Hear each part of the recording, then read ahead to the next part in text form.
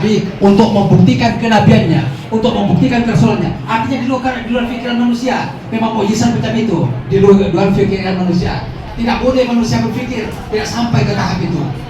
Kejadian yang luar biasa yang diberikan Allah kepada Rasul sebagai untuk membuktikan kebenaran kerasulannya. Itu mukjizat. Jadi bila ketahui mukjizat dia berjalankan Rasulullah, macam tadi Pak itu mengatakan semua di sini kena bawa ke sana, tak percaya, kawan-kawan semuanya tak percaya. Tapi dia besok ke KK lagi datang, ngasih tahu dulu di restoran tak percaya lagi. Tapi semua itu semua terjadi.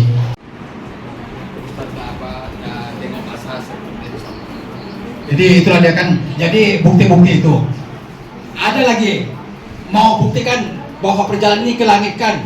Jadi artinya bukan tak masuk akal. Akal kita yang tidak masuk. Ini boleh sejuk. Masuk akal kah? Kalau ke Amerika, ke Jerman, ke Eropa, Indonesia dan Malaysia, kemana-mana saja, pasti ditanya api itu sejuk apa panas? Panas dikata. Kalau masuk ke api itu jadi apa? Jadi arang lah.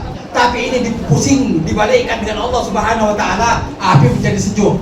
Kaumnya Nabi Ibrahim AS mengumpulkan api beberapa hari untuk membakar Nabi Ibrahim. Dalam sejarah mengatakan beberapa hari. A'udzubillahi minasyaitonirrajim. Bismillahirrahmanirrahim. Qulna ya naru kuni bardan wa salaman ala Ibrahim. Surat Al-Anbiya ayat 69. Telah berfirman Allah Subhanahu Wa Taala, qulna ya naru kuni bardan wa salaman ala Ibrahim. Wahai api, menjadi sejuklah engkau dan selamatkanlah dan berilah keselamatan ke atas Ibrahim. Api tadi panas itu menjadi sejuk, mukjizat Allah Subhanahu Wa Taala. Nabi Ibrahim, bahkan ahli tafsir mengatakan Nabi Ibrahim tidak diperintah suruh lari dari itu. Bahkan Nabi Ibrahim menerima cabaran. Allah tidak perintahkan wahai Ibrahim lari engkau. Allah membuktikan bahwa mukjizat Nabi Ibrahim AS betul-betul hebat Allah Subhanahu Wa Taala. Menjadi sejuk ketika Nabi Ibrahim dibakar. Tak taunya macam ais, seperti sejuk. Macam mana orang terbakar? Baru kemudian kaumnya ada beriman kepada Allah Subhanahu Wa Taala. Itu berhari-hari. Tapi artinya kejadian istilah Allah Subhanahu Wa Taala tidak menurunkan hujan untuk mematikan api, tapi membiarkan kaumnya, membiarkan manusia lain menyaksikan kehebatan-kehebatan Allah Subhanahu Wa Taala. Jadi jadi itulah dia kehebatan mujizat ini, kejadian yang luar biasa yang dianugerahkan kepada Rasulullah untuk membuktikan kenabiannya. Jadi semuanya ini kalau manusia yang menjadi itu diberikan karamah. Karamah ini kejadian yang luar biasa juga, sesuatu keistimewaan yang diberikan oleh Allah kepada orang yang beriman kepada Allah Subhanahu Wa Taala. Jadi tidak ada yang mustahil kepada Allah. Jadi tidak ada keraguan-raguan bahwa Allah telah memperjalankan, bukan Nabi Muhammad SAW berjalan, tapi Allah berjalankan. Berjumpa dalam berikutnya. Assalamualaikum warahmatullahi wabarakatuh.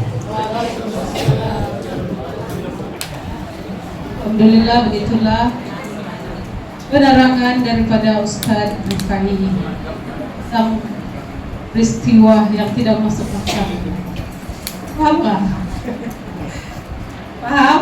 Paham. Nanti kamu ready, jangan punya soalan. Nanti akan kamu boleh soal ataupun kamu minta disoal nih. Kamu minta disoal? Tidak. Boleh juga. Oke, seterusnya tanpa membuang masa, kita teruskan dengan soalan yang seterusnya. Soalan ini ditujukan untuk Ustadz Khairuddin dulu. Soalannya berbunyi begini. Apakah sebab berlakunya peristiwa Isra Mi'raj dan mukjizat-mukjizat yang terjadi semasa peristiwa ini berlaku? Mohon Ustaz Khairuddin menjelaskan bagaimana peristiwa ini berlaku. Saya sambung tadi kan, filosofis sudah saya punya soalan. Apa, bagaimana, bila, di mana, dan untuk apa? Sekarang apa? Tadi saya sudah jawab. Bila, di mana, bagaimana. siapa pelaku sejarahnya. Sudah kan? Sudah. Sekarang kenapa terjadi? Apa sebab? Apa sebab Isra dan Mi'raj terjadi? Kalau berbicara tentang sebab, maka di sana kita melihat proses terjadinya itu oleh sebab apa dan bagaimana boleh terjadi, kan? Oke, saya sudah sebut tadi bahwa perjalanan dari Mekah ke Palestina jaraknya kurang lebih 101.400 atau 1.500 km lah begitu. Kurang lebih begitulah, 1.500 km kurang lebih. Ada kurang-kurangnya sedikit. Kurang lebih seperti itu. Dan kalau berjalan kaki dengan atau menaiki unta, pedagang-pedagang dulu memakan 40 hari baru boleh sampai di Palestina kalau dari Mekah. Ini satu pulau lah maksudnya. Itu satu pulau Mekah, tuh Mekah dengan Palestina satu pulau. Tidak melalui laut. Oke. Perjalanan itu adalah perjalanan yang bukan kehendak Nabi Muhammad, tetapi kehendak Allah Subhanahu wa Ta'ala. Bagaimana ia terjadi? Ada dua sebab. Nah, ini dia. Apa sebabnya, kan? Ada dua sebab. Yang pertama, yang dipanggil, yang saya sudah sebut tadi, Amul Hazni atau tahun kesedihan. Kenapa dipanggil tahun kesedihan? Oleh sebab pada tahun tersebut, yaitu sama ada 10 atau 11 kenabian, orang yang terdekat dan pelindung terkuat Rasulullah meninggal dunia. Siapa itu? Pertama Abu Thalib. Siapa itu Abu Thalib? Abu Thalib itu adalah abang kepada bapak Rasulullah Sallallahu Alaihi Wasallam. Pasti dia lah, abang bapak dia. Kan itu kan? Nah, abang bapak dia atau pasti dia lah. Kan? Enggak, ya. Dia bungsunya Abdullah sah. Jadi dia abang tuh si Abdul Muttalib. Nah, jadi abang si Abdul Muttalib, abang bapak dia. Oke? Dialah pelindung agar suku-suku Quraisy tidak mengacau dan menyiksa Rasulullah SAW dalam berdakwah. Ketika Abu Talib masih hidup, suku-suku itu tidak berani kacau Nabi Muhammad SAW. Dan pada tahun itu meninggal. Jadi satu pembela utama Rasulullah sudah meninggal. Yang kedua, istrinya yang sangat dicintai, yang menjadi benteng utama dan orang pertama percaya atas kerasulan, istrinya bernama Khadijah binti Khailid, yang pertama mempercayai kerasulan Nabi kita Muhammad SAW. Ingat ketika Rasulullah Sallallahu Alaihi Wasallam bermimpi, bukan bermimpi, ketika dia melihat Jibril di Gua Hira dan berlari kembali ke rumahnya dan kata selimuti aku. Dan ketika itulah selepas selimuti dan lepas itu diantar pergi satu pendeta, ceritakan hal itu dan dia kata itu adalah malaikat Jibril datang kepadamu sebagai tanda kamu dilantik menjadi nabi. Oleh sebab kesedihan ini satu, itu ya sebab yang pertama, Nabi sedih, maka Nabi Muhammad Sallallahu Alaihi Wasallam dihibur oleh Allah dengan menjemput dia menyaksikan kuasa Allah Subhanahu Wa Taala di bumi ini. Linuriyahu min ayatina, itu ayatnya dari tadi yang dibaca oleh Ustaz Rifai. Linuriyahu, untuk memperlihatkan, linuriyahu min ayatina, untuk memperlihatkan ayat-ayat, tanda-tanda kuasa-kuasa Allah Subhanahu wa Ta'ala. Itu yang pertama. Bahkan sebab pertama. Apa sebabnya? Jadi sebab pertama, sebab Rasulullah dalam keadaan sedih yang sangat-sangat. Oke. Yang kedua, karena penolakan kaum atau Bani Taif. Nah, Rasulullah sebelum dia hijrah ke Madinah, Rasul ketika sudah dipulaukan, maka dia mengajak sahabatnya berhijrah ke Taif. Di Taif ini adalah satu kampung yang sudah umrah, yang sudah haji, mungkin ada yang pernah mengunjungi tempat tersebut. Di situ Rasulullah mula-mula berhijrah. Dan apa yang terjadi ketika hijrah di sana? Bukannya diterima, tetapi ditolak mentah-mentah, dilempar, disiksa dan lain sebagainya. Dan ada yang menulis bahwa ketika itu sampai berdarah-darah tubuh badan Rasulullah SAW dilempar oleh pemuda Taif. Dan sampai ketika itu malaikat tidak sampai hati melihat penyiksaan itu, dan datang malaikat kata, "Wahai Muhammad, kalau sekiranya kamu mau, saya angkat tuh bukit tuh, saya hampak kepada mereka supaya hancur semua. Sebab dia terlampau jahil menyiksa kamu." Lalu Rasulullah kata, "Jangan." Dia buat seperti itu sebab mereka tidak tahu. Mungkin mereka akan menjadi pembela kami di satu hari, di kemudian hari nanti. Akhirnya apa yang terjadi? Betul-betul adalah sekarang 100% di bumi tersebut adalah beragama Islam, dan kebanyakan dari penduduk situ menjadi pendakwah yang hebat-hebat sampai hari ini.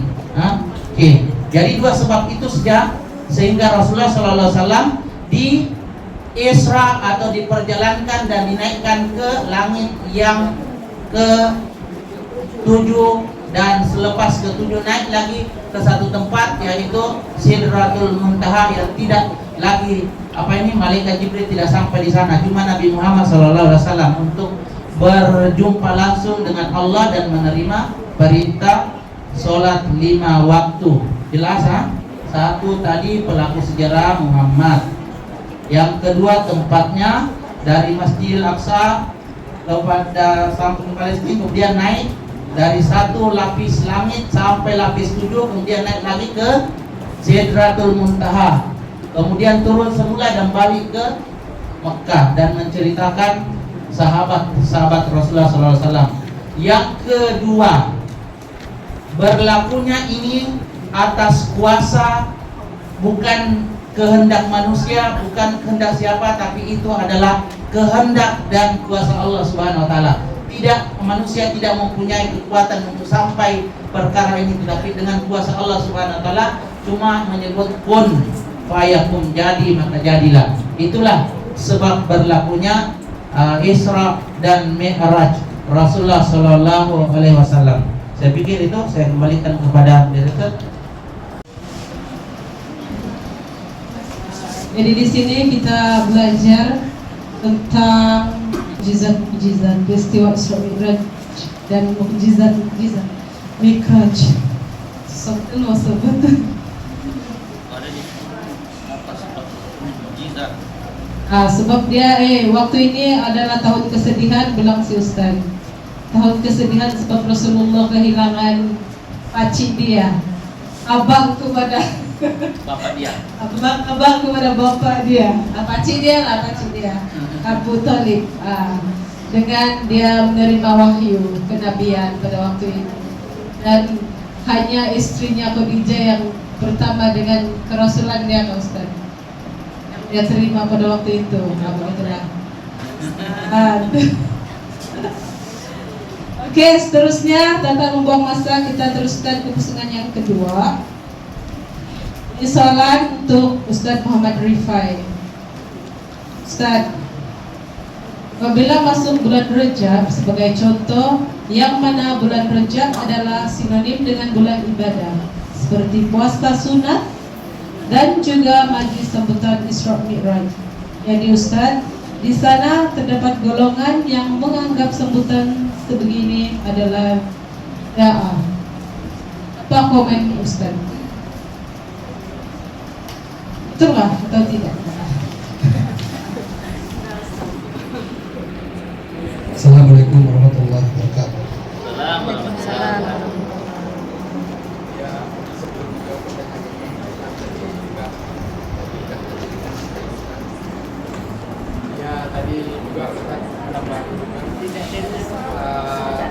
Udah tahun kesedihan, Amul Huzn, tahun kesedihan. yang dimana dakwah Rasulullah SAW dicegah, dihalangi, pengikutnya semua dibantai, disiksa dengan kaum Quraisy, supaya istilahnya dia tidak mengikuti Muhammad SAW. Di mana-mana disiksa Rasulullah supaya tidak mengikuti. Baru akhirnya membuat perjanjian mana-mana supaya tidak mengikut Muhammad. Dan juga yang setelah dipanggil Ustaz Herbi menjelaskan juga, setelah bapaknya Abu Thalib, bapak saudara Rasulullah SAW meninggal dunia, kemudian istrinya yang tercinta Rasulullah SAW, Siti Khadijah binti Khuwailid radhiyallahu anha. Ustaz teringat ini Khadijah binti Khuwailid ketika dia meninggal, dia minta istilahnya seringat Rasulullah SAW, wahai anakku Fatimah, mintakan kepada ayahmu salinkan itu, artinya Rasulullah SAW, supaya dia dikubur macam mana, supaya dikubur dia tidak disiksa, karena ada bukti Rasulullah Muhammad SAW pakaiannya. Tak taunya apa? Berita gembira kepada Rasulullah SAW dari Allah Subhanahu Wa Taala untuk Khadijah, bahwa dikata telah dibikinkan istana Khadijah di surga Allah Subhanahu Wa Taala. Jadi tak perlu risau. Jadi Khadijah wanita pertama, istri pertama sebelum Rasulullah banyak istri, sebelum Rasulullah berkawin, artinya tidak dibadukan. Dibadukan ini setelah Khadijah wafat. Artinya telah diberi jaminan oleh Allah Subhanahu Wa Taala, Khadijah ada singgasananya, istananya di surga Allah Subhanahu Wa Taala. Begitu tahun kesedihan, karena semua penduduk bumi, walaupun penduduk bumi dikata memusuhi Rasulullah SAW, karena sesungguhnya penduduk langit itu mencintai Rasulullah SAW. Penduduk langit kan bahaya. Semua penduduk langit mencintai, mendukung dakwah Rasulullah SAW. Ustadz bercerita tadi tentang istilahnya Isra Mi'raj ini, bahwa Rasulullah SAW kejadian mukjizat ini di luar jangkaan manusia, di luar hukum manusia, tidak berlaku kepada akal, hanya bagi orang-orang yang beriman saja. Jadi soalannya ini kalau dia nanti baru soalan yang terakhir Ustadz dia jawab mengenai ini bid'ah. Ada satu firman Allah Subhanahu Wa Taala kepada Nabi Musa alaihissalam, ketika Musa alaihissalam dikejar dengan Fir'aun, maka kaumnya ini takut dia kedapatan dengan tentara-tentaranya Fir'aun, takut ditangkap sehingga dibunuh. Allah berfirman, A'udzubillahi minasyaitonirrajim, Bismillahirrahmanirrahim. Fa'auhayna ila Musa fahuna ila Musa anidrib bi'asakal bahr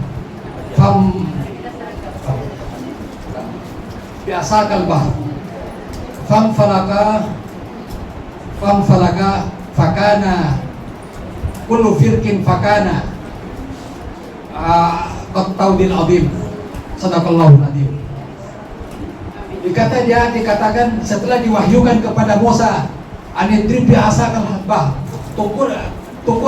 pukullah istilahnya dengan tongkatmu lautan itu. Tatonya di famfalaka, terjadilah istilahnya kullu firqin qattaudil azim, terjadilah lautan itu pula menjadi gunung yang tinggi, kemudian selamatnya istilahnya kaum Nabi Musa alaihissalam. Ini artinya mukjizat itu. Tidak ada berlaku dipukul satu tongkat saja, satu tongkat yang berlaku untuk memecahkan ini. Dunia tidak ada berlaku mukjizat macam itu. Tapi itulah mukjizat Allah Subhanahu Wa Taala. Pukullah Musa, tentunya menjadikan istilahnya sebagai jalan besar, istilahnya kemudian melewati kaumnya Nabi Musa alaihissalam. Itulah tanda-tanda istilahnya mukjizat bahwa Isra Mi'raj Rasulullah SAW ke langit sampai Sidratul Muntaha itu benar-benar terjadi, benar-benar kuasa Allah Subhanahu Wa Taala. Baru soalan ini dikata, apakah sambutan Isra Mi'raj, apakah istilahnya menganggap sambutan sebegini atau amalan bid'ah? banyak perkara bid'ah ini di dalam Islam. Macam kita pak contohnya kita pakai mic ini kan, dulu tidak ada mic. Jadi ini sesuatu yang mengeraskan suara. Menurut ulama Arab ini perkara baik. Jadi bid'ah tapi perkara baik. Dulu tidak ada mikrofon. Dulu contohnya dulu tidak ada pesawat. Jadi sekarang takkan orang mau naik haji kan, mau naik laut lagi berapa hari pakai masa, berapa hari tidak meninggal bersesak-sesakan. Jadi artinya perkara yang bagus. Macam contohnya kita berjamaah kepada masjid untuk salat berjamaah. Ada pakai kereta, dulu belum ada kereta. Tapi jadi Islam itu tidak menyalahi dari kemajuan teknologi. Dari kemajuan teknologi. Jadi itulah ada perkara ini perkara baik. Artinya bid'ah itu perkara tersambutan ini menurut para ulama tidak berkaitan dengan bid'ah. Cuma ada ulama yang sebagiannya berpendapat ya itu. Tapi untuk dakwah yang dimana banyak masyarakat masih awam tapi untuk dakwah kamu mengumpulkan suatu masyarakat di mana-mana daerah dan penceramahnya itu sebagai dakwah yang kebaikan juga kepada dakwah Islam. Jadi tak semestinya bid'ah.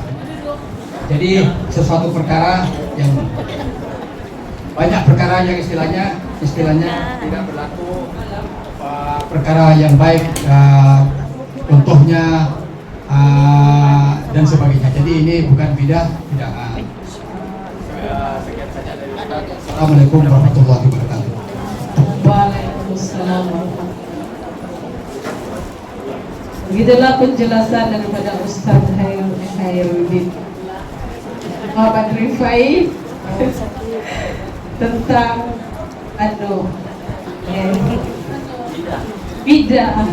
bid'ah. Macam mana itu? Oke, seterusnya salam untuk panel kita yang pertama.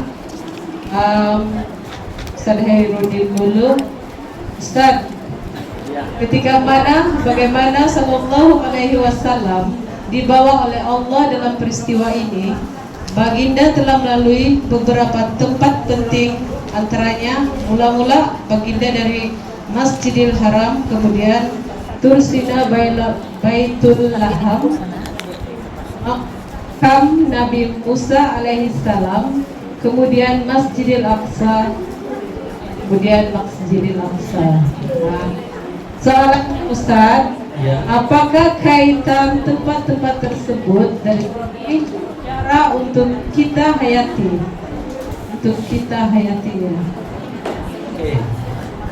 Silakan. Sebelum saya terlupa tadi satu dua tadi, tapi saya mau sebut baliklah. Mukjizat itu adalah pemberian Allah kepada Nabi, satu kejadian luar biasa yang tidak diberi kepada orang selain kepada Nabi untuk membuktikan kenabiannya sebagai pertolongan dari Allah Subhanahu wa taala atas risalah yang dibawanya. Itu namanya mukjizat. Jadi kalau kita berbicara tentang mukjizat, Nabi Muhammad SAW mempunyai banyak mukjizat. Banyak sekali mukjizat Nabi Muhammad SAW. Ada satu buku saya pernah baca lebih 1000. Ada yang kata 600 lebih. Tapi dalam mana-mana kitab mengatakan bahwa mukjizat yang paling besar Nabi Muhammad SAW itu adalah Al-Quran. Al-Quran. Jadi itu Al-Quran itu mukjizat. Kejadian luar biasa yang hanya dibagi kepada Nabi Muhammad. Dan siapa yang pegang Al-Quran itu, maka dia tidak akan mengalami masalah dalam hidupnya, dunia dan akhirat. Nah, itu mukjizat yang paling besar. Kemudian mukjizat yang kedua yang terbesar adalah Isra dan Mi'raj ini. Oke? Isra dan Mi'raj adalah mukjizat yang terbesar kedua selepas Al-Quran. Ada yang tahu mukjizat yang lain? Banyak kan?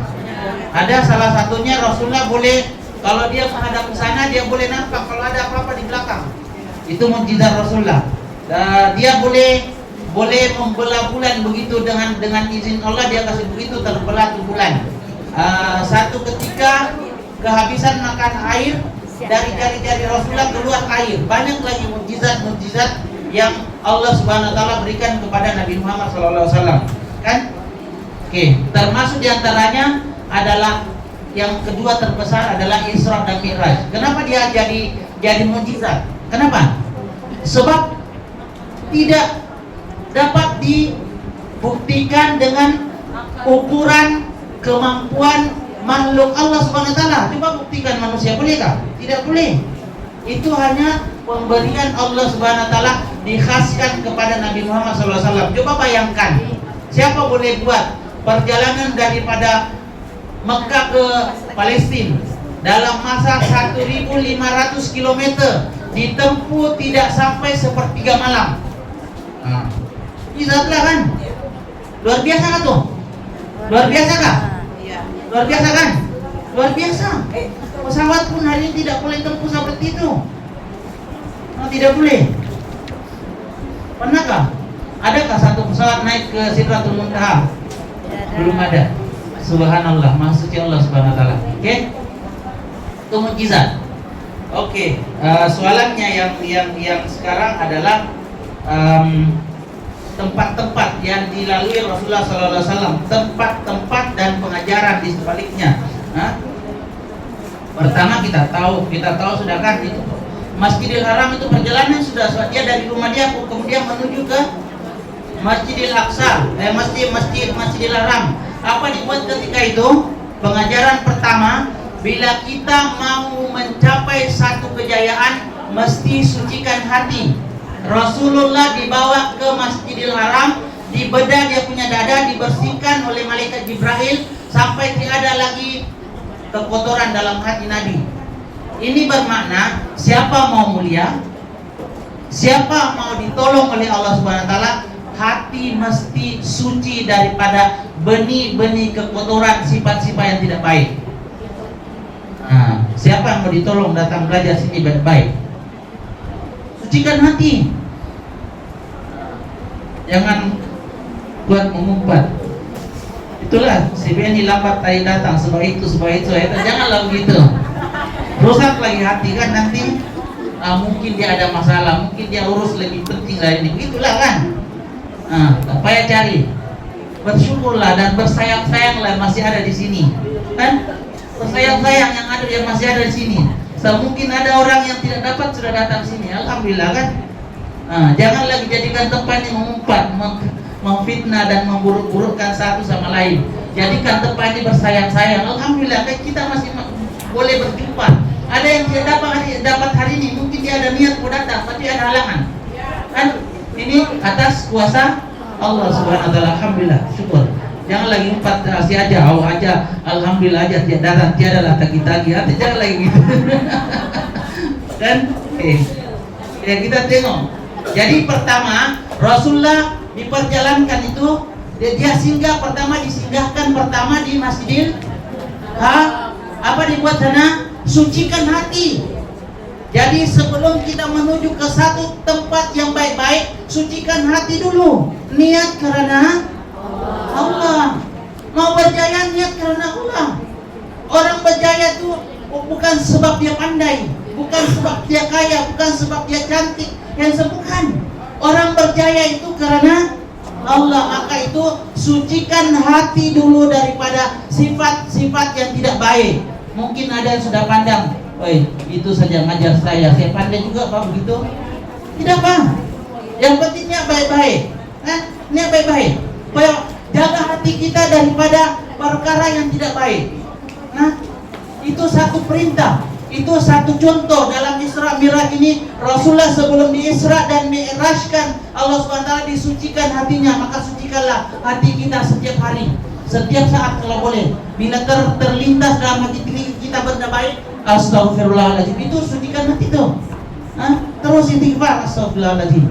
Sebab melalui istighfar ini Allah akan buka seluas-luasnya pintu rahmat. Allah akan buka seluas-luasnya pintu barakah, kemuliaan.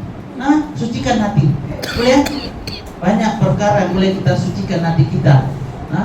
Terutama niat ikhlas karena Allah Subhanahu wa taala. Innamal a'malu binniyat. Pastikan kita niat karena Allah Subhanahu wa taala. Itu persinggahan pertama. Ada 5 persinggahan yang saya mau sebut nih. Si moderator kata dia bilang, macam mau habis sudah nih. Oke, jadi aku kasih panjang-panjang nih, biar sampai jam 2. Baru satu persinggahan. Oke, yang kedua, Rasulullah SAW singgah di kota Madian atau hari ini dipanggil Madinah. Kalau kita berbicara Madinah, ini lebih fokus kalau kita berbicara tentang hijrahnya Rasulullah SAW. Keistimewaannya Madinah ini sangat besar. Kalau kita mau cerita panjang, satu hari pun tidak habis. Oke? Madinah inilah nantinya menjadi tempat Rasulullah berdakwah dan disokong oleh berbagai kaum di situ. Di sinilah selepas itu Rasulullah dihijrahkan oleh Allah Subhanahu wa taala, dan di Madinah inilah Rasulullah pertama sekali membina namanya masjid. Rasulullah pertama membina masjid di Madinah, bukan di Mekah. Siapa yang bina masjid di Mekah? Siapa? Nabi Ibrahim. Jadi masjid yang pertama dibina adalah Masjid Quba di Madinah.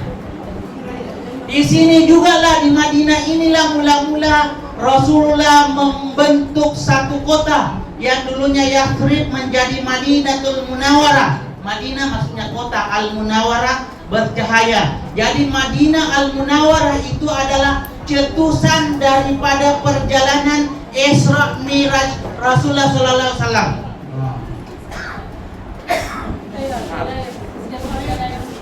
Macam tidak paham tuh pengurus tadi dia hai tidak. Oke. Madinah. Kemudian Rasulullah sallallahu alaihi wasallam singgah lagi di satu tempat namanya Tursina.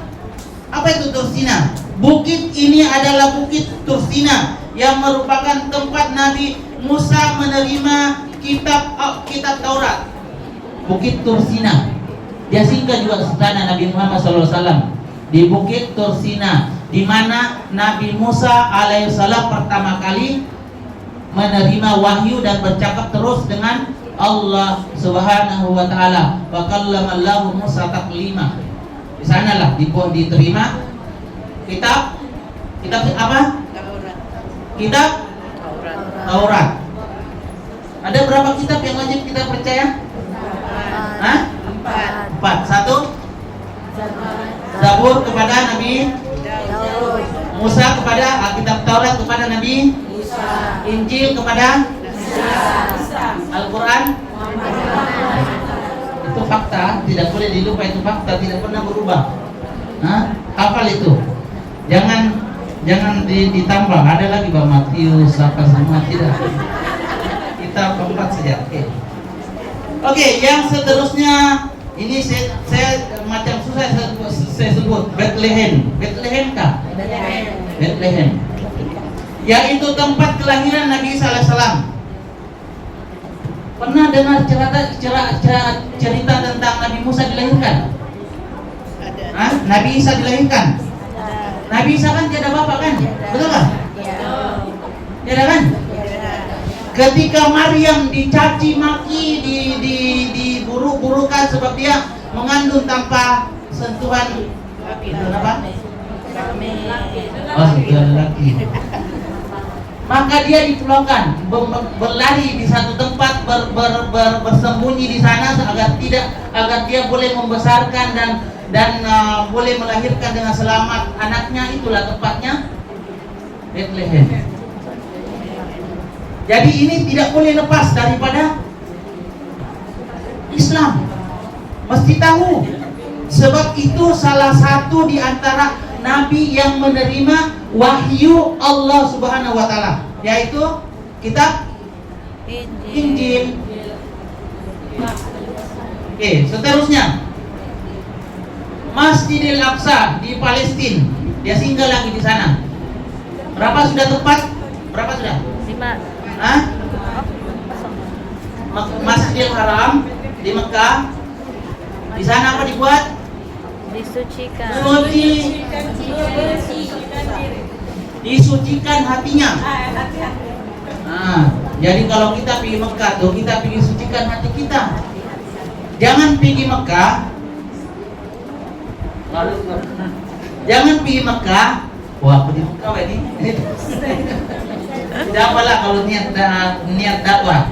Tapi sepatutnya kita pergi Mekah untuk disucikan hati kita seperti mana Nabi kita disucikan. Yang kedua tadi tinggal di mana? Madinah. Madinah. Tempat yang bercahaya dengan kalimat la ilaha illallah. Kemudian yang ketiga, Tur Sina. Sina. Tempat Musa terima Nabi wahyu. Musa menerima wahyu. Kitab namanya Taurat. Kemudian Bethlehem. Tempat kelahiran Nabi Isa. Nabi Isa. Dia lahir ada ibu tiada bapa. Betul. Itu pun mukjizat. Kejadian luar biasa. Hanya kepada Nabi Isa. Isa. Adakah Nabi lain lahir tanpa bapa? Ada. Nabi Adam.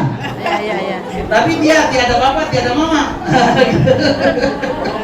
Kan? Nah, berbeza. Kan? Betul kan? Ada yang lawan sudah tadi, tapi tak malu sendiri. Kan? Oke, kemudian persinggahan berikutnya adalah di Masjidil Aqsa. Masjidil Aqsa di Palestina. Pernah dengar bagaimana masjid itu dibina? Pernah? Hah? Bagaimana Masjidil Aqsa dibina? Yang bina Masjidil Aqsa itu pada zaman Nabi Sulaiman. Dia dibina pada zaman Nabi Sulaiman. Bagaimana dibina? Atas bantuan ada jin yang buat kerja. Nah, ini lebih dalam kita akan tahu bagaimana Nabi Sulaiman memerintah dan menguasai itu jin-jin untuk buat kerja baik. Nah, tapi hari ini ada orang kuasai jin untuk buat kerja jahat. Kan? Adakah? Adakah? Ada? Hah? Tuyul-tuyul tuh dia suruh curi duit. Nah, kan? Hah? Kan? Ada? Kita boleh perintah di jin nih, tapi dia akan minta lebih buruk lagi dari apa yang kita minta. Oke? Jadi jarak, saya sudah sebut tadi, jarak antara Mekah dengan Palestina berapa kilometer tadi? 1.500 kurang lebih perjalanan. Dari perjalanan itu dia lalui tadi membawa apa itu petunjuk, linuriyahu min ayatina. Tujuan utama semua itu adalah untuk memperlihatkan, linuriyahu, untuk memperlihatkan ayatihi, ayat-ayat Allah. Ayat-ayat Allah tahu apa? Ayat-ayat Allah itu apa? Hah? Ayat-ayat Allah itu adalah semua yang ada yang tertulis itu wahyu Allah Subhanahu wa taala. Gunung-gunung itu ayat-ayat Allah. Ayat-ayat itu adalah tanda-tanda kuasa Allah. Jadi perjalanan Nabi melewati satu tempat ke tempat yang lain itu tujuan utamanya bukan bercerita sombong. Oh, kau tahu aku sampai di sana, bukan itu. Tujuan kita berjalan untuk mengetahui dan melihat kuasa Allah yang boleh menambah iman. Begitu. Bukan menambah kita jadi temperang. Oh, kau tahu aku pernah ke sana tuh, kau tidak tuh kan? Aku hebat bah, bukan begitu. Kunjungi satu tempat dan pelajari dan lihat kuasa Allah Subhanahu wa ta'ala. Bila kita mengunjungi sesuatu yang tidak biasa, kita cakap Subhanallah, Maha suci Allah, Maha suci Allah. Dapat lagi taman-taman apa tuh, tanaman surga. Kita semua itu linuriyahu min ayatina, untuk memperlihatkan kuasa atau tanda-tanda kuasa Allah Subhanahu wa ta'ala. Oke? Saya pikir itulah kalau saya mau cerita semua mungkin habis masa, sebab kalau yang disinggahi semua banyak lagi. Singgah lagi di langit pertama, singgah lagi di langit kedua, ketiga, keempat, kelima, mungkin lusa baru habis. Kan? Atau mau sedikit yang naik tuh. Masih kita? Oke. Pernah dengar ceritanya Nabi Idris? Salah satu pengajaran Rasulullah SAW Isra dan Mi'raj itu adalah berjumpa Nabi Idris di langit. Hah? Di langit berapa? Hah? Hah? Coba tengok. Langit pertama adalah Adam. Langit kedua, saya ada tulis sini. Nah, ada sini. Dan langit kedua Isa dan Yahya. Langit ketiga adalah Yusuf alaihissalam. Langit keempat Idris alaihissalam. Satu-satunya manusia dan nabi yang dicabut nyawanya oleh malaikat. Siapa yang mencabut nyawa?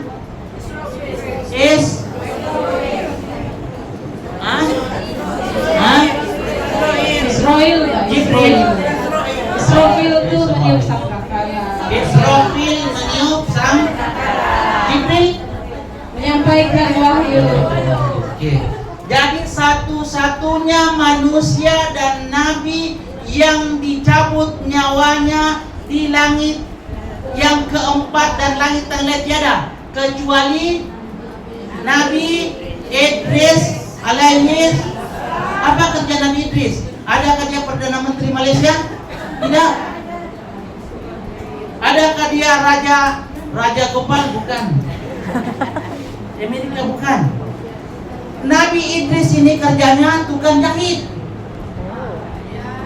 Kenapa mulia di sisi Allah sampai Allah suruh cabut nyawanya di langit yang ke-4? Tiada kuburnya di dunia. Ditelusuri bagaimana dia boleh seperti itu. Lalu ditelusuri, dicari, ternyata mulutnya tidak pernah kering dengan zikir kepada Allah. Subhanallah walhamdulillah wala ilaha illallah Allahu akbar. Siapa yang membasahi sentiasa mulutnya dengan zikir ini, maka dia akan dimuliakan di dunia sampai di langit. Oh subhanallah. Oh ada sudah. Sudah maaf. Ada sudah. Bahasa Allah subhanahu wa ta'ala. Ada sudah, alhamdulillah. Mau mulia? Mau mulia? Mau mulia di dunia? Mau mulia di langit? Jangan putus membasahi lidah dengan bacaan subhanallah walhamdulillah wala ilaha illallah Allahu akbar. Insyaallah mulia di dunia, mulia di akhirat, mulia di mana-mana. Allah Subhanahu wa taala akan muliakan. Mau lagi? Nanti Ustaz Rifai marah tuh kalau itu sajalah yang saya boleh ceritakan. Semangat, banyak lagi masalah yang perlu digunakan untuk lain. Oke, saya kembalikan kepada moderator, silakan. Selepas soalan yang terakhir, pusingan yang kedua ini, di pusingan yang ketiga, kamu ready-readylah soalan kamu untuk Ustaz. Kalau kamu tiada soalan, Ustaz yang punya soalan dengan kamu. Kamu ingat ya tadi, mana tahu si Ustaz bertanya perjalanan Nabi kemana? Kesini, begitulah. Oke, tanpa membuang masa, dijemput Ustaz Muhammad Rifai Samsudin untuk soalan yang seterusnya. Ustaz, dalam peristiwa Isra Mi'raj ini terdapat kisah di mana dada Rasulullah Shallallahu Alaihi Wasallam telah dibedah dan hatinya dibersihkan terlebih dahulu. Adakah itu menunjukkan bahwa hati Rasulullah Shallallahu Alaihi Wasallam itu kotor? Wow. Apakah pula kaitan simboliknya dalam kehidupan kita yang ingin berdakwah kepada masyarakat sekeliling? Mohon penjelasannya, Ustaz. 10 menit. Pembedahan.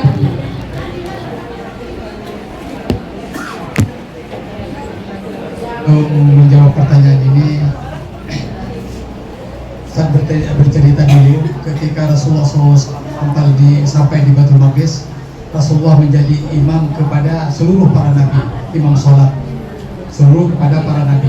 Para nabi ini wafat, tapi Allah berkuasa atas segala-galanya. Allah juga berjumpa Nabi Adam alaihissalam. Sebelum menjawab pertanyaan Ustaz ini, Allah juga jumpa Nabi Adam alaihissalam di langit pertama, dan yang kedua Nabi Yahya dan Nabi Isa, langit ketiga Nabi Yusuf alaihissalam, langit keempat Idris alaihissalam, Harun, langit keempat Harun alaihissalam, langit kelima Idris alaihissalam, langit keenam Nabi Musa alaihissalam, langit ketujuh Nabi Ibrahim alaihissalam sedang bersandar di Baitul Maqmur. Baitul Maqmur ini kalau di bumi ini Ka'bah lah, Ka'bah. Kalau dikatakan sesuatu jatuh dari langit ketujuh ke dunia ini, maka insya Allah jatuh di atas Ka'bah. Jadi persoalannya di sini ada ulama mendefinisikan, ulama menjelaskan apakah nabi-nabi ini, Nabi Adam, Nabi Yahya, Nabi Isa, Nabi Yusuf, Nabi Harun, Nabi Idris, Nabi Musa, Nabi Ibrahim salam, adakah mereka dikatakan sendiri atau istimewa sendiri? Kata Allah Subhanahu wa taala, tidak ada, karena semua nabi-nabi sama di sisi Allah Subhanahu wa taala. Jadi karena macam ada agret, macam ada keistimewaan, yang tidak ada dikata macam itu. Semua nabi-nabi sama dalam pandangan Allah Subhanahu wa taala. Oke, jadi Ustadz bercerita kepada tentang pembedahan. Pembedahan ini Nabi Sallallahu Alaihi Wasallam disucikan oleh Allah Subhanahu Wa Taala. Nabi itu hatinya sudah suci, tapi disucikan untuk menerima hikmah, diberikan berkah oleh Allah Subhanahu Wa Taala, hikmah, ilmu yang tidak diketahui oleh manusia lain, karena Nabi akan diangkat ke langit yang ketujuh. Ke langit ketujuh, di sana malaikat sendiri. Dalam sejarahnya manusia dikata, sejarahnya malaikat, tidak ada malaikat yang sampai ke Sidratul Muntaha. Jibril berkata, dikatakan, wahai Muhammad, wahai Rasulullah, aku sampai sini. Kalau aku melangkah satu langkah lagi, maka terbangkan aku. Jadi ke Sidratul Muntaha ini terminal terakhir lah, kan, terminal terakhir. Jadi Rasulullah SAW di bedah itu ada dalam hadis sahih, bukan reka-reka atau bukan apa, semua dalam hadis sahih disebutkan riwayat Anas bin Malik radhiyallahu anhu. Semua itu bahwa Rasulullah SAW dibedah, diambil Jibril alaihissalam ketika Nabi sedang bermain-main, lalu dibedahlah hatinya. Hatinya ini ada sedikit ada tempat-tempatnya setan, dibersihkan oleh Rasulullah, oleh Jibril tadi, sehingga dibersihkan seluruhnya. Itu Nabi Muhammad itu is the best para nabi dan rasul sallallahu alaihi wasallam. Allah Subhanahu wa taala menyebutkan, bismillahirrahmanirrahim, laqad kana lakum fi rasulillahi uswatun hasanah liman kana yarjullaha wal yawmil akhir wa dzakarallaha katsiran. Sesungguhnya ada pada diri Muhammad sallallahu alaihi wasallam itu contoh teladan yang baik bagi orang yang beriman kepada Allah dan hari akhirat. Dan sebutlah Allah, zikirlah Allah yang sebanyak-banyaknya. Macam zikir tadi itu. Ada zikir pendek dikatakan, tapi jangan lupa salawat kepada Nabi SAW. Karena dikata zikir tanpa salawat didahului dengan salawat tidak akan tembus ke langit. Jadi salawat Allahumma shalli ala sayyidina Muhammad wa ala sayyidina Muhammad. Kebanyakan para ulama menggariskan 100 kali dalam satu hari macam itu. Ada dalam juga dijelaskan 10 kali, tapi banyak juga yang 100 kali. Istighfar juga deretannya itu istighfar. Astagfirullahaladzim, astagfirullahaladzim. Ada selawat pendek, ada selawat panjang. Allahumma shalli ala Muhammadin nabi wa ala alihi wa sahbihi wa sallam. Itulah dia keistimewaan Rasulullah SAW. Walaupun dibedah Rasulullah manusia terbaik, tapi ada daging kumpalan daging disebut dengan malaikat Jibril. Daging itu yang bernuansa atau ada sangkut pautnya kepada hawa nafsu dan setan. Kesucian Nabi tetap terjaga oleh Allah Subhanahu Wa Taala, tapi di bedah itu diberikan hikmah, diberikan kebaikan, kesucian hatinya supaya tetap ditinggikan oleh Allah Subhanahu Wa Taala. Jadi itulah kalau kita berdoa jangan lupakan salawat dulu pertama, kemudian istighfar 100 kali, kemudian zikir. Tak kisah zikir la ilaha illallah, dari Tuhan sebab malaikat Allah, dan Tuhan Allah. Ada la ilaha illallah anta subhanaka inni kuntu minadz zalimin. La ilaha illa anta, dari Tuhan sebab Allah, subhanaka maha suci engkau ya Allah, ini kuntu minadz zalimin, sesungguhnya aku ini termasuk orang zalim. Ini zikir Nabi Yunus alaihissalam ketika dalam perut ikan. Itu dikatakan ulama mengatakan manusia meninggal tapi jasadnya masih hidup dan ada kuburannya di dalam perut ikan. Menurut sejarah, ikan ini membawa Nabi Nuh alaihissalam, Nabi Yunus alaihissalam ke 4 benua dunia. Benua Amerika, benua Asia, benua Afrika, benua Australia, benua Eropa, 5 benua. Jadi ikan ini tidak laju kan? Laju. Itu menurut sejarah. Itulah manusia yang hidup dalam alam barzahnya. Nabi Yunus alaihissalam ketika istilahnya dia menerjunkan diri ke laut baru ditelan, baru diantarkan lagi beberapa hari kemudian ke pinggir atas kuasa Allah Subhanahu wa Ta'ala. Jadi itulah dia Nabi pembedahan Rasulullah SAW itu disebutkan dalam hadis sahih, bukan reka-reka. Bahkan keilmuan sekarang membedah, terasa lagi, kelihatan juga lagi istilahnya jahit-jahitnya. Mengenai Nabi Isa alaihissalam dibedah Nabi Isa penciptaannya tiada bapa. Dalam surat Al-Imran ayat 59 Allah berfirman, Bismillahirrahmanirrahim, Inna masalah Isa indallahi kamathali Adam, khalaqahu min turabin tsumma qala lahu kun fayakun. Sesungguhnya misal penciptaan Isa di sisi Allah, sama seperti Allah menciptakan Adam, khalaqahu min turab. Allah ciptakan Adam daripada turab ini tanah. Tsumma qala lahu kun fayakun, kemudian Allah berfirman, kun fayakun, jadilah, maka jadilah ia. Jadi bagi Allah tidak ada no problem semuanya. Diangkat Rasulullah SAW naik ke langit, semuanya bagi Allah very easy, sangat mudah. Allah SWT bahkan diciptakan Jibril ini ketika Rasulullah melihat sendiri mempunyai 600 sayap. Setiap sayap dari 600 itu tertutup daripada timur sampai ke barat, 600 sayap. Subhanallah. Sampai sini saja istilahnya, mudah-mudahan Allah Subhanahu wa Ta'ala satu harinya kita bersalawat. Ya Ustaz mau tahu tahap 1 berapa orang di sini? Tahap 1 berapa orang? Ramai kan? Ustaz yang masa ta'aluf itu tidak ada kalah ya. Mudah-mudahanlah masuk Islam ini sampai akhir hayat kita tidak ada sudah istilahnya kita keluar Islam sampai mati. Bismillahirrahmanirrahim. Ya ayyuhalladzina amanu khulu fis-silmi kafah wa la tattabi'u khutuwatis syaitan innahu lakum aduwwun mubin. Wahai orang yang beriman, masuklah kamu ke dalam Islam secara keseluruhannya dan janganlah ikuti langkah-langkah syaitan, sesungguhnya setan musuh yang nyata. Jadi anak cucu kita, menantu kita nasihatkan kepada Islam. Assalamualaikum warahmatullahi wabarakatuh. Waalaikumsalam. Gak lapar di sana. Begitulah berakhirnya pusingan yang kedua. Sekarang kita pergi ke pusingan yang ketiga. Kamu sudah ready soalan nggak? Ada soalan? Tidak. Kalau kamu tidak soalan, Ustadz tanya sekaligus terus menggulunglah penggulungan huraian seluruhan huruf kita pada pagi ini.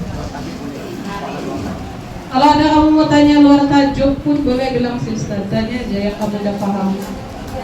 Mau tulis ke soalan dia? Kalau kamu ada soalan kamu boleh tulis, terus tuh bagi saya pun boleh dan sebagai Ustaz. Dan kalau kamu tidak soalan, Ustaz yang akan bagi soalan sambil menggulung. Dengar.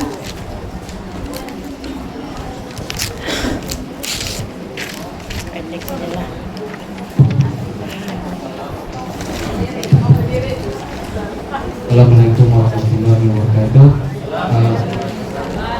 Ini saya ada soalan. Pertanyaan pertama, ketika Nabi di-mi'rajkan, lalu Nabi menerima perintah sholat. Jadi ketika itu baru kita disyariatkan sholat, gitu Ustaz. Ataupun sebelum Nabi mendapat perintah sholat, adakah sebelum itu bagaimana cara orang-orang terdahulu untuk menyembah Allah? Oke, satu. Kedua, berkaitan dengan Nabi Idris. Nabi Idris menikah Ustaz, memberi apa tuh? Ada empat nabi yang dikatakan belum meninggal dunia. Jadi bolehkah Ustaz ceritakan serba sedikit, jelaskan apa itu ada nabi-nabi tersebut? Oke, itu sudah. Terima kasih.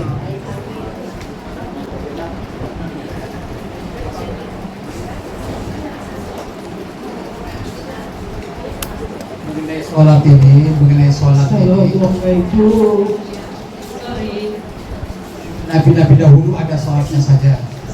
Ada yang nabi sholatnya zuhur saja, ada subuh saja 2 rakaat. Nabi ada, nabi lainnya ada beberapa ini dikata sebelum difardukan 5 waktu untuk berarti Nabi Muhammad. Jadi masing-masing nabi ada sholatnya, ada 2 rakaat. Ada dikatakan disebutkan sholatnya itu ada rukuk saja, ada sujud saja. Jadi tidak sempurna kepada umat Islam sekarang. Namun kepada umat Islam ini disempurnakan mengikut Nabi Muhammad. Ada iktidal, ada qiyam, ada ruku, ada sujud. Jadi itu semuanya tidak menjadi masalah. Tapi yang semuanya dari itu sebelum disyariatkan perintah sholat 5 waktu menjadi 5 waktu, semuanya nabi-nabi tidak ada very confusing, tidak ada membingungkan. Semua nabi-nabi dijamin masuk surga Allah Subhanahu wa Ta'ala. Sedangkan sahabat Nabi pun ada yang sudah dijamin, 10 sahabat telah dijamin masuk surga. Sayyidina Abu Bakar sudah dijamin, Sayyidina Umar sudah dijamin, Sayyidina Ali, Sayyidina Utsman sudah dijamin, termasuk Sa'ad bin Abi Waqqas sudah dijamin. Ada Talha lagi, semua ada 10 sahabat dijamin. Nabi SAW menyebutkan ada berapa nanti ribu umatku yang tidak maksud bangsa. Oke, soalan kedua mengenai nabi-nabi ini yang tidak mati sudah diketahui Nabi Isa alaihissalam. Ustaz sebutkanlah 2 atau 3 saja lah, macam itu kan tidak masalah. Nabi disebutkan riwayat Nabi Idris alaihissalam. Ada satu kisah Nabi Idris alaihissalam ini untuk mengetahui kepada tentang maut ini, beratnya sakaratul maut. Malaikat pencabut nyawa sahabat di mana? Israel bertamu menyerupai manusia kepada Nabi Idris alaihissalam, bertamu sebagai handsome boy lah. Handsome boy. Nabi ini apalagi menyerupai manusia sudah handsome boy, sangat luar biasa. Jadi dia bertamu berapa hari. Nabi Idris sendiri terlupa mau bertanya siapa namamu. Diajak istrinya ke tempat lain. Diajak ke tempat lain berjalan-jalan. Akhirnya Nabi Idris ini malaikat Israel tadi itu mencabut tanaman orang. Tak taunya Nabi Idris SAW menghalang bahwa itu bukan hak kita. Jadi itu ambil contoh, kalau hak kita jangan ambil orang punya, jangan ambil pokok orang punya, jangan ambil namanya jantung pisang. Jantung pisang, ambil jantung pisang tapi tidak bagi tahu sama orangnya, dibuat sayur lagi. Ambil jantung pisang sebagai sayur. Tapi orang yang punya pisang itu tidak diminta dulu, itu tidak boleh. Ustaz menegur kepada orang yang jantung pisangnya diambil, akhirnya diambil. Kita kalau tanpa minta, takut tidak halal. Akhirnya Nabi Idris alaihissalam tadi itu minta kepada Nabi malaikat Israel untuk cabut nyawanya. Tak taunya minta cabut nyawanya, minta izin malaikat kepada Allah Subhanahu wa taala untuk mencoba mencabut. Tak tahunya dicabut nyawanya seperti kulit yang masih hidup ini diiris, dikupas kulitnya 1000 kali. Dengan pisau tajam diiris kulitnya 1000 kali. Walaupun nyawa ini mau terpisah daripada jasad ini, dikatakan macam 1000 kali diiris. Malaikat Israel berkata kepada Nabi Idris, itu sudah cabutan yang kemana pun. Cabutan dikata yang ada kasih sayang. Tadi macam ini yang kasih sayang tadi kata. Macam diiris sampai 1000 kali. Ada artinya dahsyatnya. Belum lagi yang dicabut ganas. Jadi ada beberapa nabi, tapi itu dalam Islam tidaklah diajarkan dari syariat. Islam harus wajib diketahui.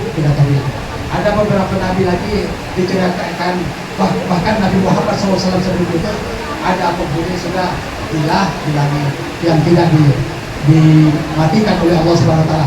Lalu Nabi Idris alaihissalam diangkat ke langit mau berkunjung ke surga, kepada neraka juga, tahu tentang siksa di neraka, akhirnya bawa minta jalan-jalan kepada malaikat Israel mencabut nyawa ke surga. Akhirnya tidak mau keluar dari surga Allah Subhanahu wa taala.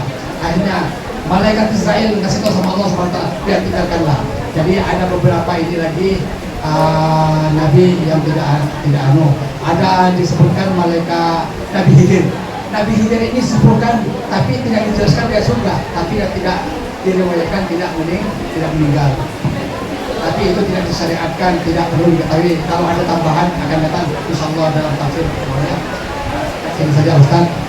Kalau ambillah yang pertama, ada pokoknya tentang kehidupan ini, hadis ini meriwayatkan yang dhaif, tapi dhaif ini tidak bermaksud pasti hadis lemah, tidak bermaksud tidak boleh dijadikan. Kalau dhaif banyak beriwayatnya, istilahnya menjadi hasan. Jangan hadis itu dipanggil istilahnya hadis munkar, hadis istilahnya hadis palsu. Sampai sini saja. Assalamualaikum warahmatullahi wabarakatuh. Waalaikumsalam warahmatullahi wabarakatuh. Masih semangat? Jangan tidur.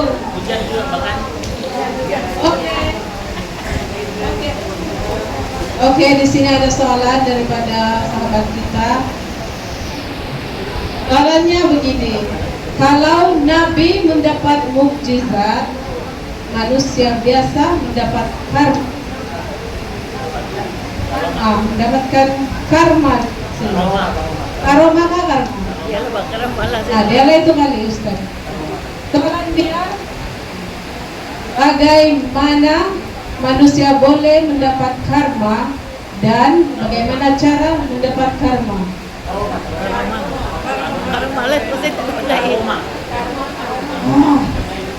Oke, dia tulis sini karma, tapi karoma kan? Soalan dia, bagaimana manusia boleh mendapat karoma dan bagaimana cara mendapat karoma? Begitu Ustaz.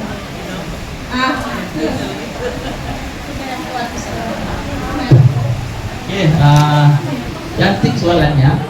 Satu tadi, ada buku menulis bahwa ada 4 nabi yang tidak meninggal. Ada buku yang tulis seperti itu, dan ada pendapat-pendapat yang mentafsirkan ayat-ayat. Tetapi dalam ayat yang jelas dalam Al-Quran, nabi yang tidak dicabut nyawanya menurut Al-Quran cuma Isa. Yang lain itu tidak disebutkan, jadi ada yang kata dia belum meninggal.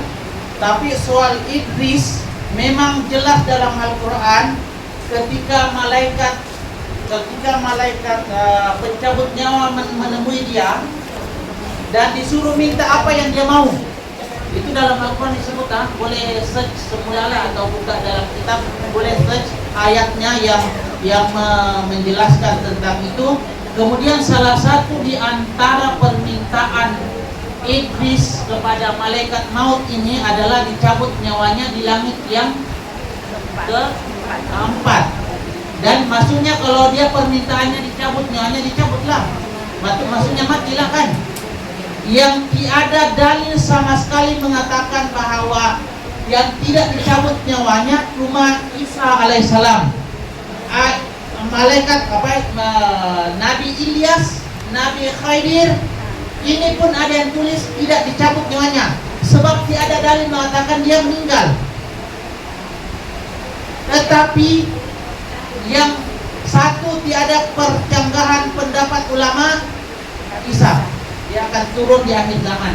Yang lain-lain diperbincangkan oleh ulama melalui pemahaman mereka dengan hadis dan ayat-ayat Al-Quran. Bila kita buka satu buku, ini berpandangan begini, ini berpandangan begitu, terpulanglah. Yang penting perkara itu boleh menambahkan kita punya iman, terpulanglah. Yang jelas, yang ada percanggahan pendapat, yang ada mengatakan belum meninggal ada 4 disebut, ada yang tulis begitu ada, tapi ada yang tidak mengakui itu. Isa, Ilyas, Khidir, dan Idris. 4 ini ada ulama kata, tetapi Al-Quran tidak sebut sama sekali. Hadis tiada sama sekali sebut ini belum meninggal. Tapi yang satu, Isa memang belum meninggal. Itu. Yang lain itu ada percanggahan pendapat. Bacalah, mungkin itu soalan akan mendorong kita untuk lebih lagi mendalami tentang sejarah Nabi Allah Subhanahu Wa Taala. Semoga dengan mendalami itu akan menambahkan iman kita kepada Allah Subhanahu Wa Taala. Jangan oleh sebab perjanggahan pendapat akan mengorek kita punya nafsu untuk lebih sianulah. Janganlah begitu. Ini kita jadikan sebagai rahmah. Perbedaan pendapat untuk dapat rahmat, bukan mendapatkan musuh. Ada percanggahan pendapat, silakan baca lagi. Apa alasan orang kata dia belum mati? Ada yang kata dia sudah mati, apa alasan dia? Ada pendapat ulama-ulama yang tulis tentang itu. Oke? Saya pikir itu. Terus dulu. Ustaz. Oke? Yang seterusnya dia sebut karomah. Saya sebut dulu pemberian luar biasa Allah Subhanahu Wa Taala kepada hambanya itu ada tingkatan-tingkatan. Satu namanya mukjizat. Mukjizat itu diberikan khas kepada Nabi dan Rasul Allah Subhanahu Wa Taala, tidak diberikan kepada orang biasa. Karomah pula adalah pemberian kejadian luar biasa yang diberikan kepada hamba-hamba Allah, yaitu wali-wali Allah Subhanahu Wa Taala. Itu karomah. Apa contohnya? Kalau kita baca sejarahnya Wali Songo, pernah dengar sejarah Wali Songo? Pernah kan? Sejarah Wali Songo ketika menyebarkan Islam di Nusantara, ada yang cabar dia. Kalau kau mampu menyusun telur 12 biji di atas di awan-awan itu aku masuk Islam. Dicabar seperti itu, dia berdoa kepada Allah, dibagi itu tersusun dengan kalimat la ilaha illallah, tersusun tuh itu telur 12 biji. Itu karomah. Kita belajarkah? Tidak. Pemberian Allah Subhanahu Wa Taala. Ada lagi namanya istidraj, kejadian luar biasa yang diberikan kepada orang yang berdosa. Semakin dia berdosa, semakin diberi ke sesuatu macam luar biasa. Itu istidraj ya, istidraj. Kepada orang kafir. Contohnya Fir'aun, semakin kaya semakin kuasa, ditambah, tapi itu tambah disesatkan. Ada lagi namanya Mauna itu adalah kejadian luar biasa yang diberikan kepada baby atau orang yang baru lahir. Kejadian luar biasa, apa yang terjadi? Contohnya Nabi Isa baru lahir, dia pandai bercakap. Siapa lagi? Anaknya seorang perempuan yang memfitnah Jurais berzina. Itu perempuan pezina itu kata si Jurais itu yang perkosa saya sampai mengandung. Apa yang terjadi? Ketika lahir ditunjuk, disuruh bicara itu bayi. Bukan itu bapak saya penggembala kambing di sana. Itu namanya mauna, kelebihan luar biasa yang diberikan kepada hamba-hamba Allah Subhanahu Wa Taala. Semoga kita tidak diberikan namanya istidraj. Tambah famous dia, tapi tambah jauh daripada rahmat Allah Subhanahu Wa Taala, tambah disesatkan oleh Allah Subhanahu Wa Taala. Oke, boleh? Saya gulung lah, kan? Jam berapa sudah? Gulung lah Ustaz, gulung sekarang. Saya gulung lah. Oh, sama. Ada dia bertanya soalan Ustaz. Salah, Ya. salah. Sedikit dulu Ustaz berikan contoh ini karomah. Karomah ini umpamanya karomah seorang yang beriman kepada Allah atau wali-wali Allah. Dia Allah berikan kejadian luar biasa dengan tidak berdakwakan dirinya Nabi cuma umatnya Nabi Muhammad SAW saja. Jadi karomah ini umpamanya tiba-tiba dia contoh di sana ada 5 harimau, tapi kita masih ke sana lagi, tapi selamat yang digigit harimau. Kalau sampai ke sana digigit lah kan, tapi artinya itulah karomah kalau dia digigit. Atau dia sekarang sedang di sini, tapi orang cakap di Manggatat, saya nampak dia kata minum kopi dan di sana di Manggatat, itu namanya karomah. Tadi itu kepada orang Hindu bahwa limpasnya api dan sebagainya. Itulah saja usah tambahan saja Ustaz. Assalamualaikum Ustaz. Mungkin untuk sekarang apakah status seorang segini, apakah status seorang mualaf yang murtad kemudian ketika murtad karena berkawin, kemudian ketika sakaratul maut dia sempat membisikkan yang dia ingin mati dalam Islam.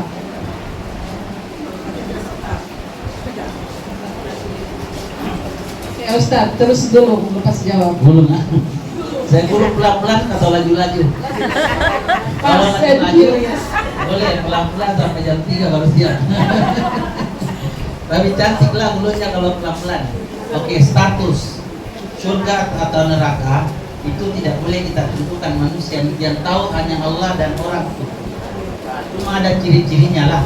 Ada ciri-cirinya orang masuk surga atau neraka. Siapa yang mengakhiri hidupnya disebut apa namanya tuh kalau akhir di penghujungnya adalah baik. Siapa yang mengakhiri hidupnya dengan baik atau ditutup dengan kalimat talbiyah la ilaha illallah, maka surga. Oke? Kita tidak boleh tentukan kau neraka kau surga, tidak boleh. Allah sahaja yang boleh menentukan dia surga atau neraka. Tetapi ada tanda-tandanya. Belajar lagi tanda-tanda kematian orang masuk surga dan tanda-tanda kematian orang masuk neraka. Itu saya tidak boleh jelaskan, panjang makanya. Mungkin saya tidak perlu kalau mau disebut ya. Tapi ada tanda-tandanya. Untuk menentukan siapa masuk surga neraka hanya Allah Subhanahu wa taala yang tahu. Satu yang tahu yang sama ada dia layak tidak untuk dikebumikan dalam di kalangan orang Islam, sedangkan dia sudah murtad karena dia ingin dikebumikan dalam orang Islam. Itulah sebabnya keimanan ini kita tidak tahu.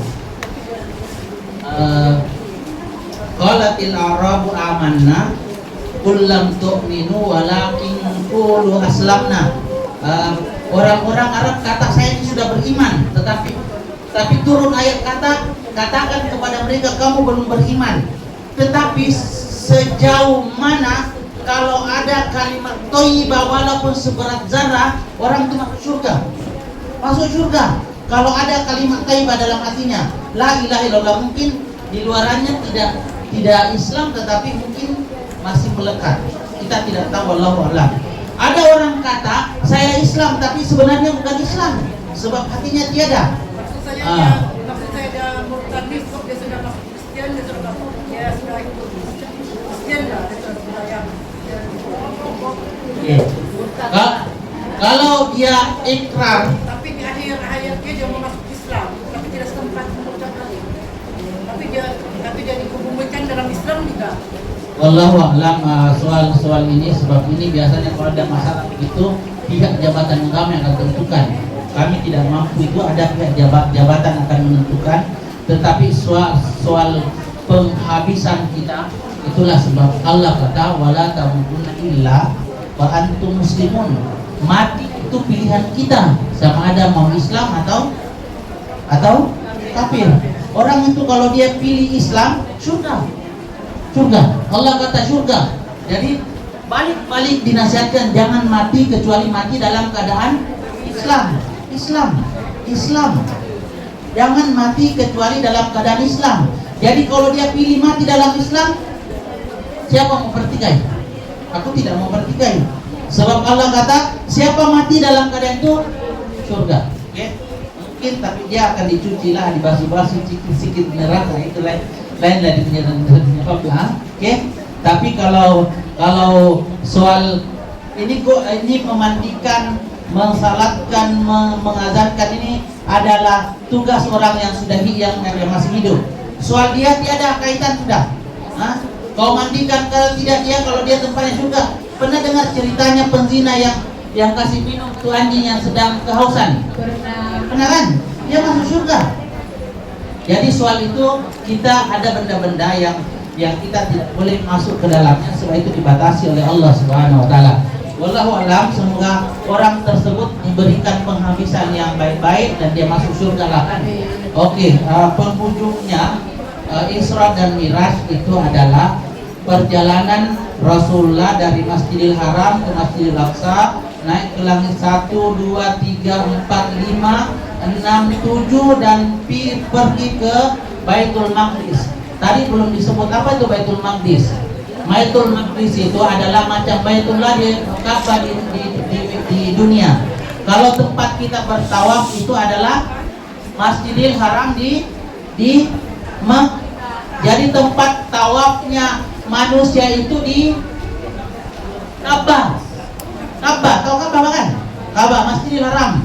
Kalau Baitul Makmur itu adalah tempat tawafnya malaikat Allah Subhanahu wa taala. Dalam hadis disebutkan setiap saat ada 70.000 malaikat akan bertawaf di situ dan dia tidak akan diulangi lagi tawafnya, sekali saja.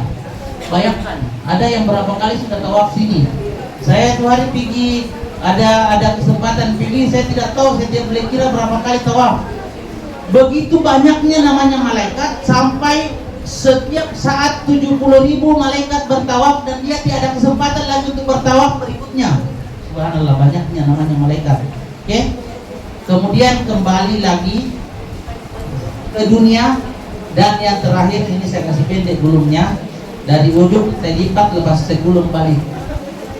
Yang terakhir, apapun sejarah yang kita pelajari tidak lain dan tidak bukan adalah menjadi ibrah, pengajaran untuk kita jadikan jalan meningkatkan kita punya iman dan takwa kepada Allah Subhanahu wa taala.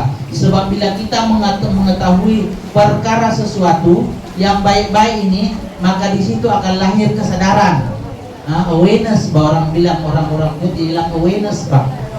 Bila kita tahu sesuatu itu adalah awareness, memberi kita kesadaran, menyadarkan kita. Jadi kalau kita tidak sadar dengan ilmu yang kita miliki, itu bermakna sama kita dengan burung apa pandai bercakap? Macam tuh. Jadi sedarlah dengan ilmu yang dimiliki untuk tingkat iman, supaya kita tidak termasuk hewan yang bukan manusia. Jadi itu tujuan utama. Ilmu kita pelajari untuk meningkatkan iman dan takwa kita kepada Allah Subhanahu wa taala. Dalam bahasanya awareness, kesadaran diri kita. Semoga dengan peristiwa yang berlaku dan majelis yang kita buat itu sedikit sebanyak boleh memberikan motivasi diri kita meningkatkan iman dan takwa kita kepada Allah Subhanahu wa taala. Ya, dan semoga kita terhindar daripada apa jua perkara negatif yang berkaitan dengan peristiwa yang telah terjadi tadi. Oleh sebab tidak semua peristiwa berlaku itu dapat diambil iktibar dan kebaikan pada tiap-tiap kita. Mungkin akan ada nilai negatifnya dan ada nilai positifnya, tapi kita berdoa agar yang positif, yang baik-baik itu kita dapat dan yang tidak baik itu kita hindar. Kita tutup agar Allah Subhanahu wa taala berkati kita, berikan kita hidayah terus menerus panjang hidup kita, dan yang terakhir kita dapat mati dalam keadaan wala tamutunna illa wa antum muslimun. Jangan kamu mati kecuali dalam keadaan Islam. Jadi kita nih ada pilihan, mau mati kafir, mau mati iman, pilihan kita. Jadi kita semoga Allah Subhanahu wa taala jaga kita mati dalam keadaan Islam. Auzubillahi minasyaitonirrajim. Bismillahirrahmanirrahim. Alhamdulillahirabbil alamin. Salatu wassalamu ala asyraf